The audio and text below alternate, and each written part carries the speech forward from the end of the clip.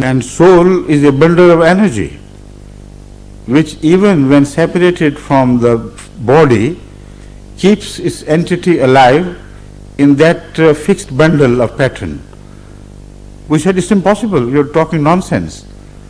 So we rejected the idea of soul.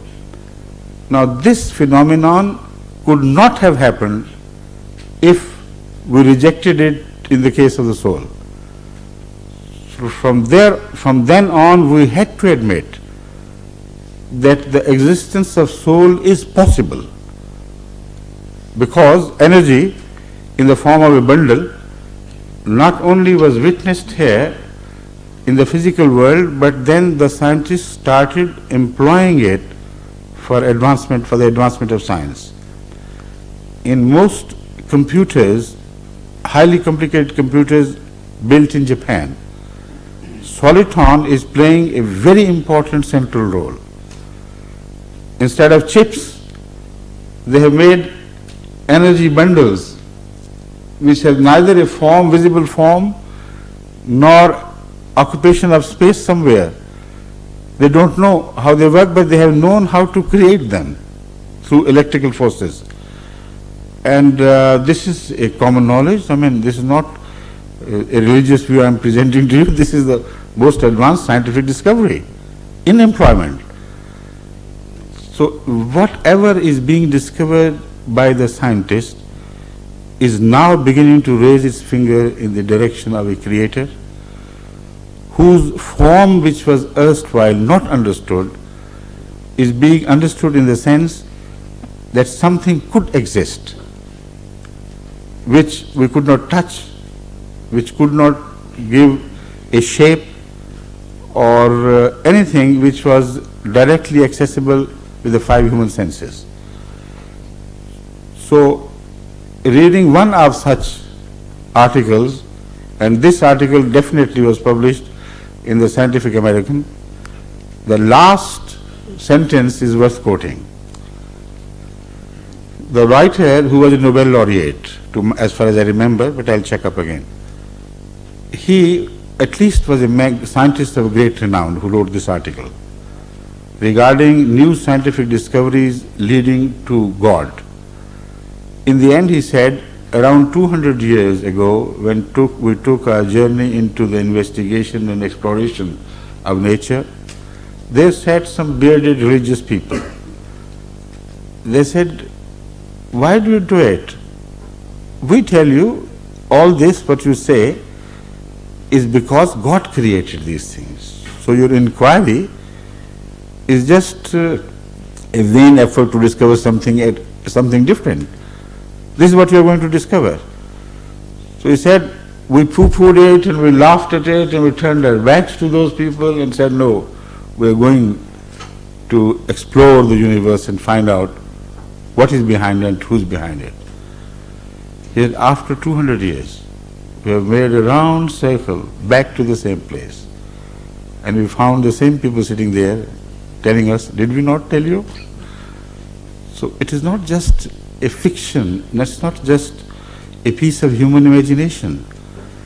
If you study science with deeper and a profounder outlook, I assure you that you will come across so many instances where a scientist should have pointed out that these things could not have happened by chance. The simple question which should have been raised was that we can't do away with eternity. There is no way you can write off eternity. So what is this we find here? The form of existence. This form of existence, even if it evolved, is started from death. Total lack of consciousness, total lack of brain. It evolved, so it was not eternal. The matter was not eternal because it began with the Big Bang. So there has to be something eternal, because output is never greater than input. If there was no consciousness which pre-existed matter, then matter could never evolve into consciousness. All the laws of nature were there right from the start. Every split second the universe was expanding and the laws were being created, but they were our natural outcome of the existing laws. They were not new additions. Changes, forms, interplays created different things. But what is never put in cannot turn out at the outcome end. So, if there is eternity, and we know we are not eternal, if there is eternity and we know that the physical existence of universe is not eternal, then eternity has to proceed. The only issue is whether eternity was conscious or unconscious. If it was unconscious, then the entire universe should have continued to evolve whatever way it would under the direction of natural forces, but it would remain unconscious. If eternity was conscious, then of course consciousness would be the ultimate direction of the flow of things. So in short, it is that far that I can go, because otherwise the subject is so wide that it will occupy the whole space of this session and more. So I hope for the time being this will be sufficient, right? Thank you.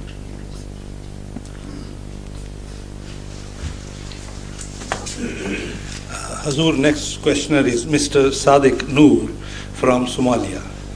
Mr. Sadiq. Mr. Sadiq Noor from Somalia. Assalamu alaikum wa rahmatullahi Wa alaikum assalam wa rahmatullah. Mr. Sadiq Noor, how are you? Fine, sir. How are you? I'm fine, thank you. My How question, is your country Somalia these days? there is no government, sir. We are trying to fight each other out to solve our problems. The only government there could be, you shoved it out of your country. That was American government. Having frustrated their attempt to become the government of Somalia, now you're left without a government. Unfortunate. My question relates to a hadith, which if you will allow me, I will read it. Do please. The Prophet Muhammad, peace be upon him, said Right. in the following authentic narrations, which was narrated by An-Nawas bin Sama. Yes, I know. Allah will You're talking send. about Dajjal? No, I'm talking about the descending of Isa bin Maryam in the white minar in Oh, Damascus. that is, yes, of course. Yes, sir. Allah will send the Messiah, Jesus, son of Mary. He will descend close to the white minaret to the east of Damascus. That's right. He will be wearing two blackened long dresses. His hands will be placed on the wings of two angels. Right. Whenever he lowers his head, drops of water will fall down. Whenever he raises his head, drops of moisture that look like pearls will fall down. No disbeliever can survive his breath, and so on. This hadith was narrated by as I said, Nawas bin Salman, and it can be easily be found in Shahr al-Nawawi al-Alama Sahih al-Muslim, volume 18, page 63 to 70. Correct. So my question is, if this is the hadith, then how come we are saying that Mizar Ghulam, of Mirza whom, Ghulam Ahmed of Qadian yes sir, was the same Messiah. yeah, you say he comes from Qadian, That's right. then he is contradicting this hadith. Thank you, sir. Of course. Please wait here and I'll explain that, everything. First of all, let us understand this hadith and learn the message from this. Obviously, you are taking it to be a literal message for the future, right? Yes, sir. There is no metaphor involved. There's no metaphor in this. Right.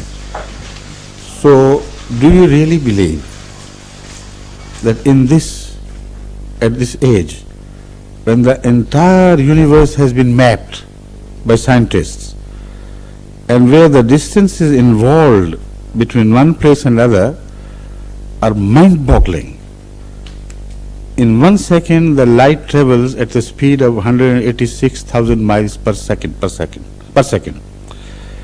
And the nearest galaxy to us is more than 1 million years of light away. In this galaxy, the distances again are measured in light years.